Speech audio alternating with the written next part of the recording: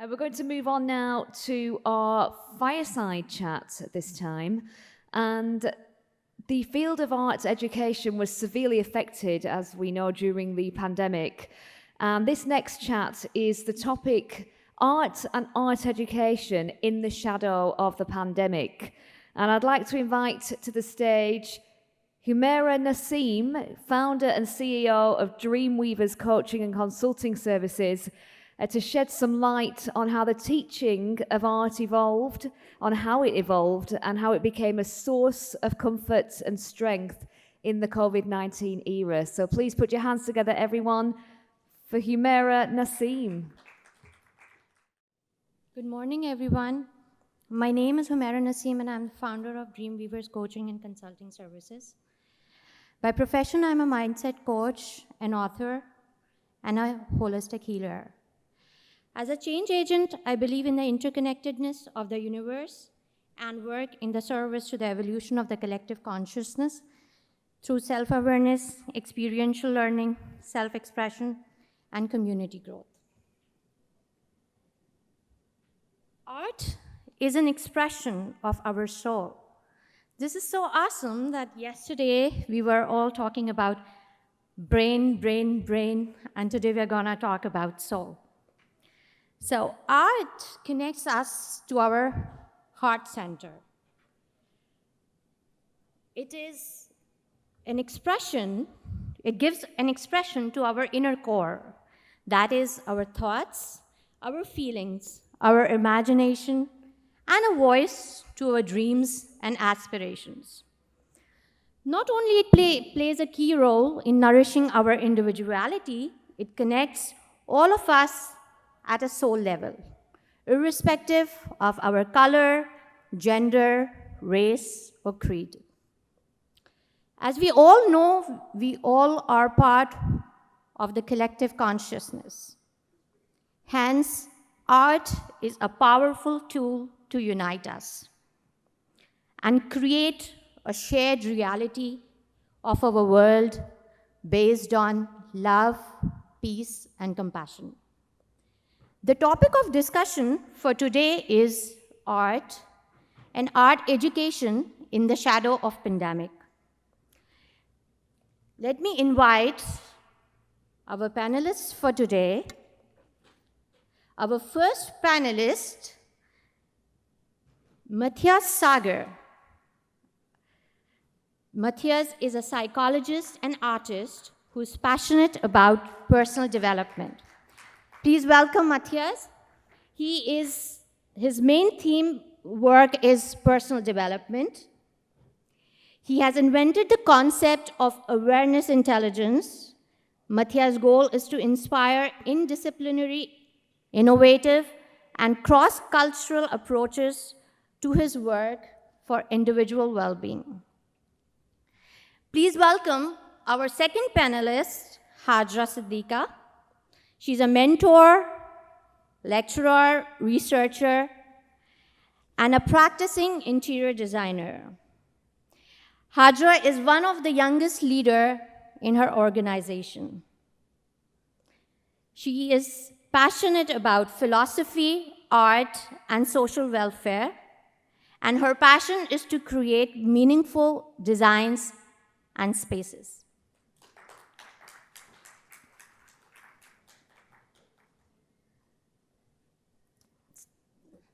So let's move forward with this interesting discussion.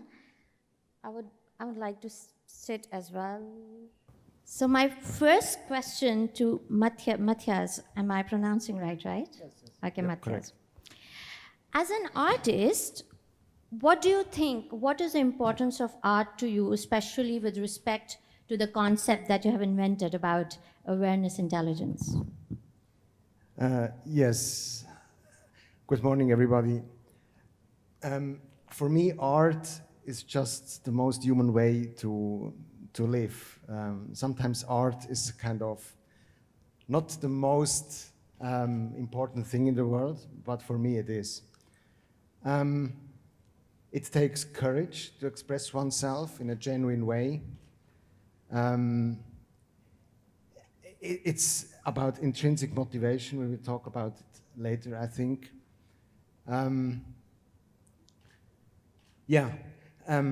For me, psychology and art belong together. That's kind of what I do. And sometimes for me, art is painting, sometimes it's poetry. And both of each do kind of support each other. I'm not getting too long, but my philosophy behind it is called awareness intelligence. It's a concept that I've developed also at university. And it's about a worldview, a mindset. We heard yesterday a lot about mindsets. And for me, art is not just design or about beauty. It's really about the philosophy. And it has a lot to do also with learning and education.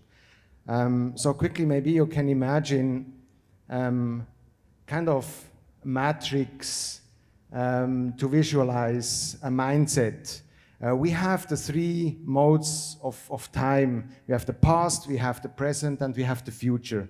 This is on a timeline, let's say, on the x-axis. And we have the social dimension. It's the me, it's the we, and it's the everybody. And if we put these three levels, the inter, and extra-personal on the y-axis, so we can create a matrix. And what I do with clients is to analyze how our scheme of worldview, how our mindset is kind of configured. So, wonderful. Yeah. Thank you, Mathias. So, off to you, Hajira. What is as an interior designer, as an artist, what importance art holds in your life? Good morning, everybody. Thank you for the question, Humaira. So, as a designer, firstly, as an artist, art is basically, something which comes from within, something, which talks about your instinct, right? And interior designing is not only art, but it involves science as well. So it's science and art combined together, and it follows certain principles. So to design a space not only involves creative thinking, but it majorly involves problem solving as well. And it has a lot of impact on designing, and art is used to express your ideas and thoughts in interior designing, basically. Wonderful, wonderful. One question that comes to my mind is that what made art took a back seat in the past? I mean, in the past it was so much art around. What made art take a backseat in many parts of the world? What do you think? And I believe that, because of the change in mentality of people, and things, almost everything being commercialized these days, art has taken a step back. That's my perspective. yeah, I think that, as both of you mentioned, that art is something that comes from the soul, and that's what our inner core is. Unfortunately, our history of the world, the world got colonized, and history is history, and that made us, disconnect from our core self. That is the people we belong to, the culture we followed, the land we belong to. That's all part of our genes. And the moment when we disconnect from our core self, that the true expression, and our culture, our language, our expression is no more important, I think that made maybe art into, what do you say, Mathias? it's difficult for me to judge whether art was more predominant at some time or another. Maybe even the pandemics helped to kind of reinstill a more sense of art, and also technology, as we heard, maybe made it easier to share art. On the other side, art as a business is a very difficult thing. It's a lot about speculation. It's not a commodity. And maybe that's the point. Maybe more art is happening where we cannot see it. It's not about the art market only. I think it's really an individual thing as well. And I hear a lot about people who started to do art again during the pandemics, for example. Wonderful. I think what Matthias have mentioned is quite apt. Before pandemic, we have seen art being commercialized and not being focused on. But during pandemic is when we really got some time with ourselves to sit, relax, and think and explore ourselves and then express in a way. And the best way to express was through art. And that is when we realized the importance of art again. Exactly. I really like your point that art got commercialized because, art is an expression of the truth.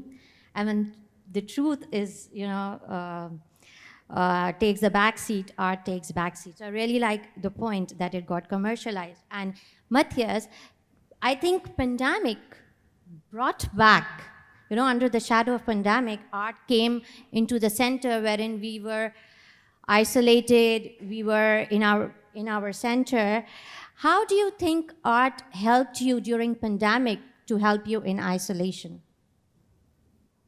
Yes, during isolation, of course, I also was kind of isolated, truly. And I think a very difficult thing for humans is to be alone. But there is a difference between being solitary and between lonely. And actually, for me, the pandemic was an opportunity to learn to be solitary again, which does not mean to be lonely and depressed, but to just being able to sit with oneself and enjoy, and maybe to connect with others on a different level, even if they are not directly around.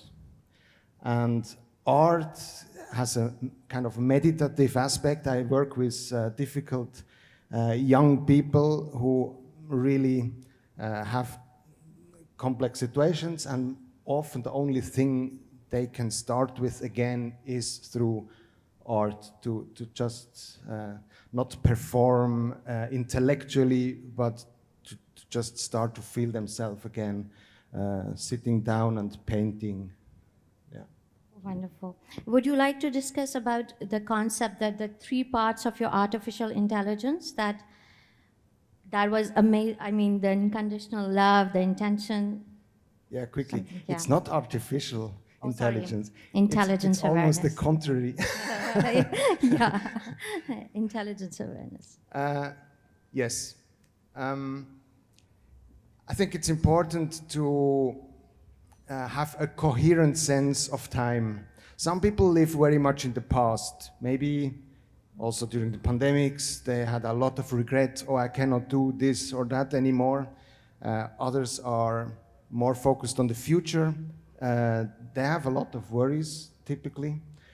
And it's good to think about all temporal modes.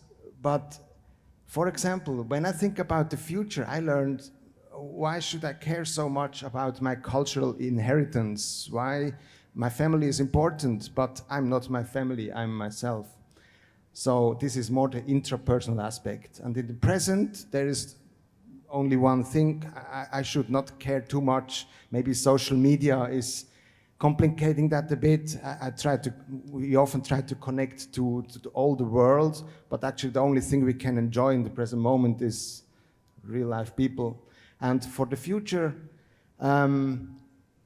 worries come from more the intra and interpersonal way of thinking. If I think about myself in the future, I can lose a lot. I can lose my family, I can lose my possessions.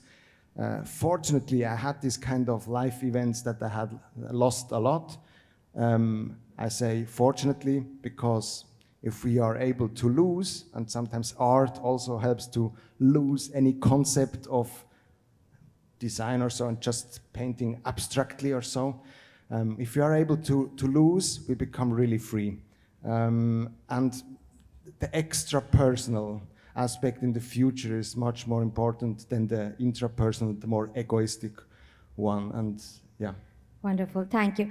Hajira, can you talk about how art can help in mental health and in the times of crisis? I beg to differ with Mathias over here. He had mentioned that, during pandemic, it was, not about the mental health or depression.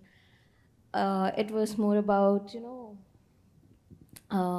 discovering yourself and reinventing and everything.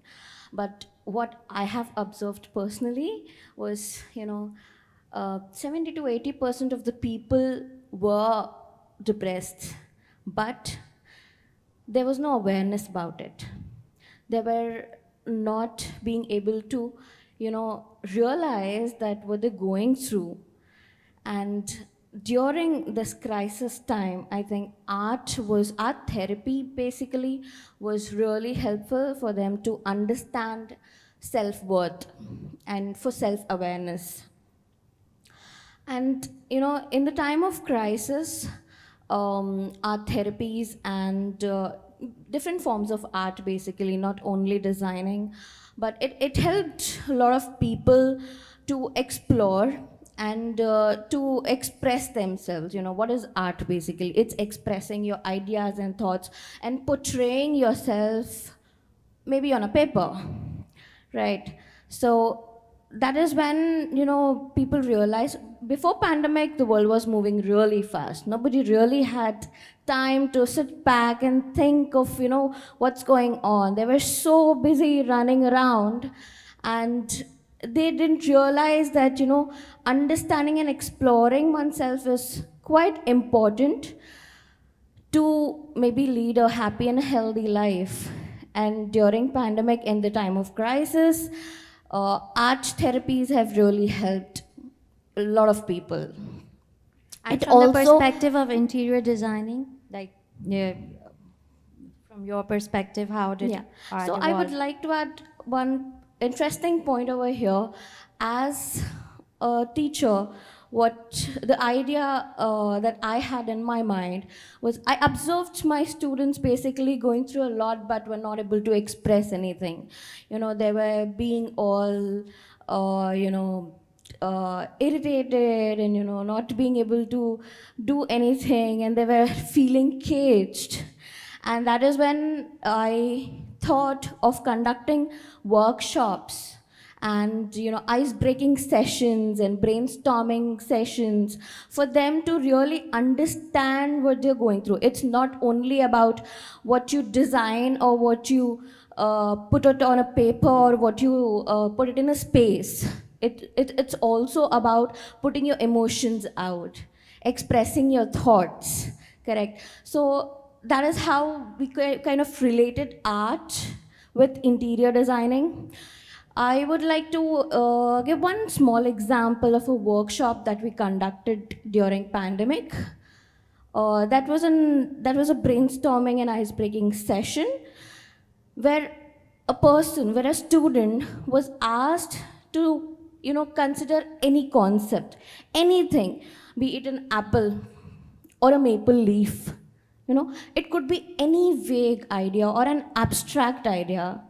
And then you need to modify that particular thing and design a piece of furniture with that.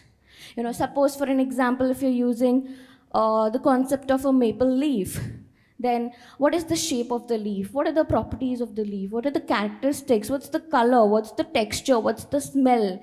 You understand, you get into depth, you understand the characteristics of a particular thing, and then you try to implement that in your design. And you come up with anything. It could be something great, something wonderful, but we're not supposed to judge that. Design is I mean, art has no correct. yeah, Art right or wrong, is right? something which exists, but in using some art and implementing and creating a design, that's where the difference comes, and that is where your ideas come forward.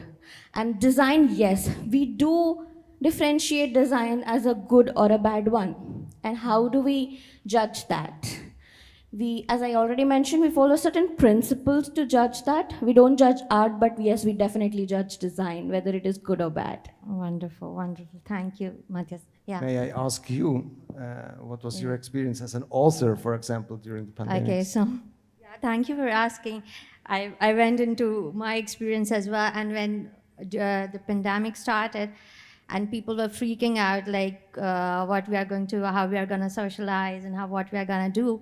I was an extrovert. I'm an extroverted introvert. So I was thinking, like, what the hell? I mean, this is the most comfortable zone that I can be in during the pandemic. But a few months passed, and then one learning after another, it became, pandemic was very heavy in the sense that I got connected to my core center. I got connected to my heart. And you know, those learnings, those lessons, and I agree with you, Hajira, that you know, it was art that connected me to my mental wellness. As an author, my first expression or my first means of communication is through writing, and that's why I always carry a diary with me. So I realized that going back to our personal lives, as for me, like if I talk about myself, I realize there's a lot inside ourselves. There's a lot to be expressed that has been covered with a lot of dust of social noise. So once that social noise was out, it was like getting into what my true self is, and I found out there was a lot that belonged to my genetic heritage or my lineage back. And that was such a beautiful finding, because I didn't think where I belong, what's my culture, what's my language, but then I realized that all the things that I am skilled in come from that things that are inside me. For example, my ancestral lineage is from Pragraj, UP, India. And I realized that, you know, what expressions I have in my life, like interest in literature or interest in politics, they come back from there, from my ancestry. Or the expression of the body, as in doing yoga and mindfulness, they come from there. If we don't sit with ourselves during the pandemic gave us the opportunity to sit with ourselves and think that, you know, where are we heading to? How far do you go back when you mention ancestry? Mm-hmm. How far do you go back when you? I think I got back many thousand years back. Maybe, because that's how our genes are. I mean, when we ask questions, we do get answer. As Paulo says, that there is the soul of the world operating somewhere, and you know, we do get answers. So the years that I have spent, my ancestry, everything, we are an expression of that universal consciousness. So that's what my experience was as during the pandemic. Thank you for asking. Yeah, but because in art, when we talk about inspiration and also in learning, if we need to be creative, critically thinking, where does inspiration coming from? Is it from our ancestors, maybe a couple of thousand years back? Or sometimes I really try to think that go back to one's birth and beyond. And I have an exercise that I practice, especially in winter. In Switzerland, it's a bit colder than here.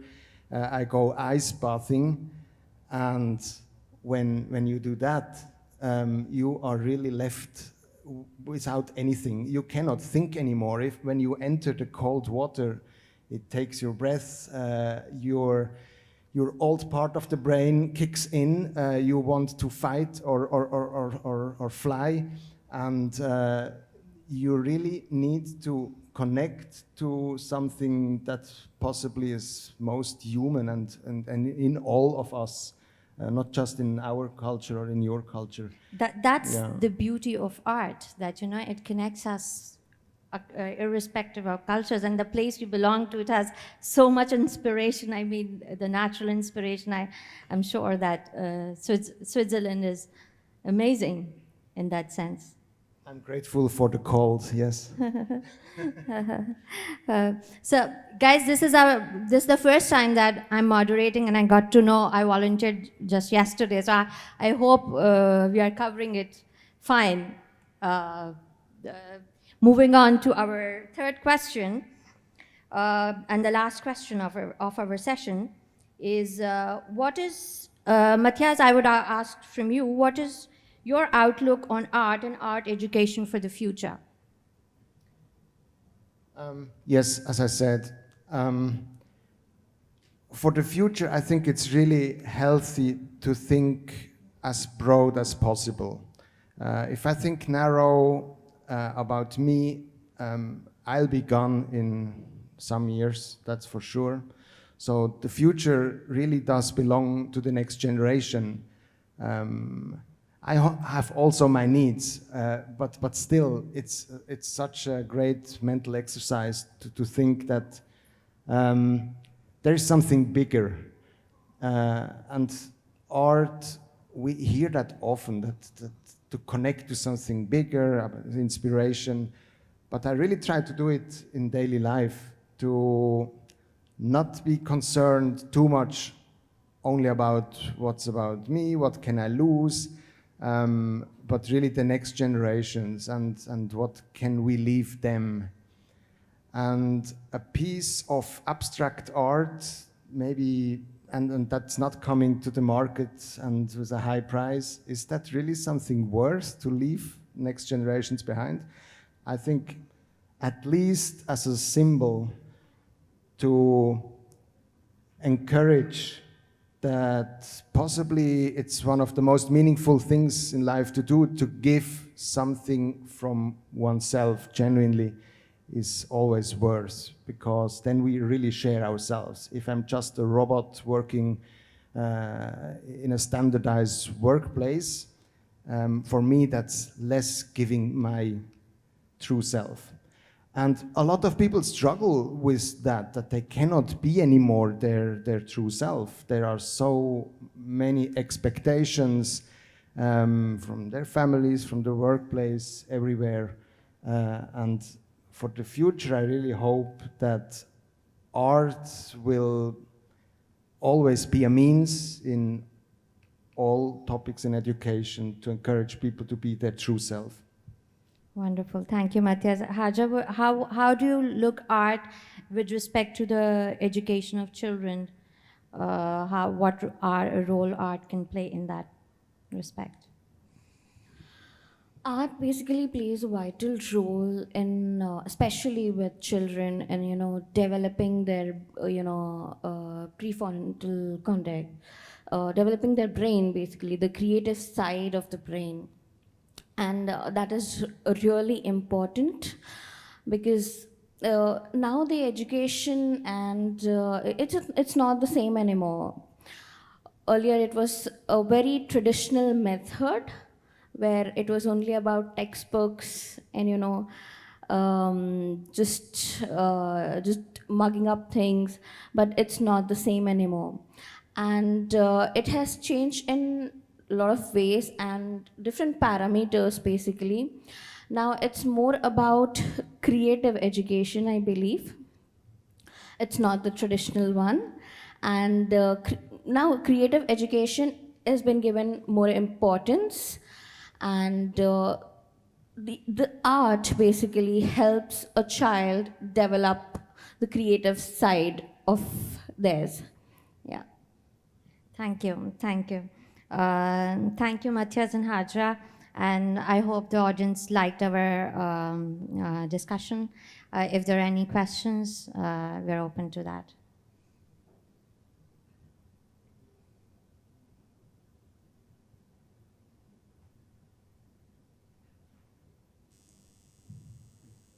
Thank you for your presentation. My name is Jean-Charles Caillet. I work in the north of France in university. You talk about the practices of art in order to find the true self. It could be useful for students, also for teachers. What is your opinion concerning the development of skills? Because we know that companies, institutions, the society expect some skills from students, and these skills could be developed by using art in traditional courses. Could be in medicines, it could be whatever the topics. What is your opinion on the powerful of art in order to develop skills? We can call normal skills, I don't know.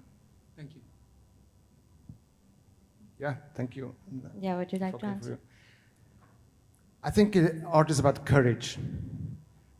Really, to show something that's never been done before, that's about courage. And maybe that's valuable for companies to having their workforce speaking up and bringing up ideas courageously. Also, creativity, maybe there is the skills aspect that we can learn about proportions and colors, etc. Even what colors the walls are in a company is influencing strongly the mood of people. These kind of things, of course, but also that they just think out of the box. We hear that a lot, but actually I don't see it so much. And art can really be provocative. Are we allowing our employees to be provocative? That's maybe because a lot of people, maybe they abandon the workplace, the traditional workplace, and go into arts, and they have to call themselves not anymore a Master of Business Administration. I have an MBA as well, but they need to start to call themselves an artist, because as an artist, then you are allowed to speak up. Okay, is there any more questions?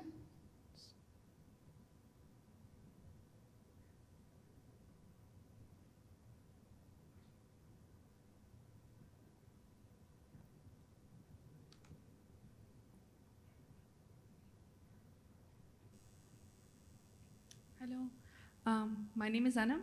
I just had a question related to how can art education be a part of technical careers such as medical, engineering, and if so, how can it be a part of these careers? Because we don't see it usually. We don't. It's not the norm. So, can it be part of it? Thank you for the question. As I've mentioned before, especially designing and interior designing, it's not only about being creative. It's also about problem solving. When we talk about professions like for example, with interior design, we usually associate architecture and civil engineering, and it involves a lot of mathematical calculations as well. So even in engineering, you apply arts. Arts can be applied in any field, basically, right? So it's not only that you take building blocks like bricks and you just create a structure when you're trying to design or build a building, basically. You also think it from a creative aspect. Suppose, for an example, when you're designing a space, when you're creating a space for your client, it's about his personality. It's about the emotion that you're portraying. The moment you enter a house, maybe it belongs to a musician, and the moment you enter a space, you understand that this person is maybe a creative person which has a connection with music. That is how art is involved. It reflects one's personality. I hope that answers your question. Thank you. Thank you, Hajira, for answering the question. Is there one? Yeah, yes. Yes, Jackie.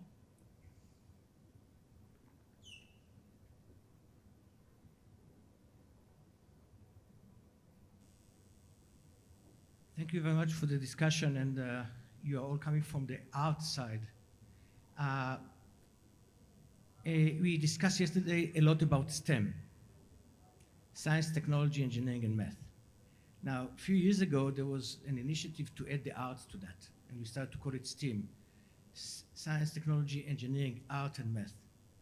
Over the years, the A disappeared from there, and we are now back in 2022, 2023, discussing only about STEM. What do you think should be the role of the people that are coming from the arts to put it back into the interdisciplinary learning of technology and engineering? This is a very interesting question. I would like to add something first. I think we need to understand the importance of art first, and some time back, maybe the importance of art education got lost.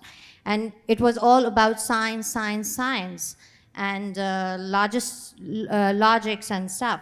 So maybe if we understand how we can give importance to art, and rather than replacing a field, we add a field, like in STEM learning, art can play a very effective role. What do you say, Mathias? Would you like to answer that?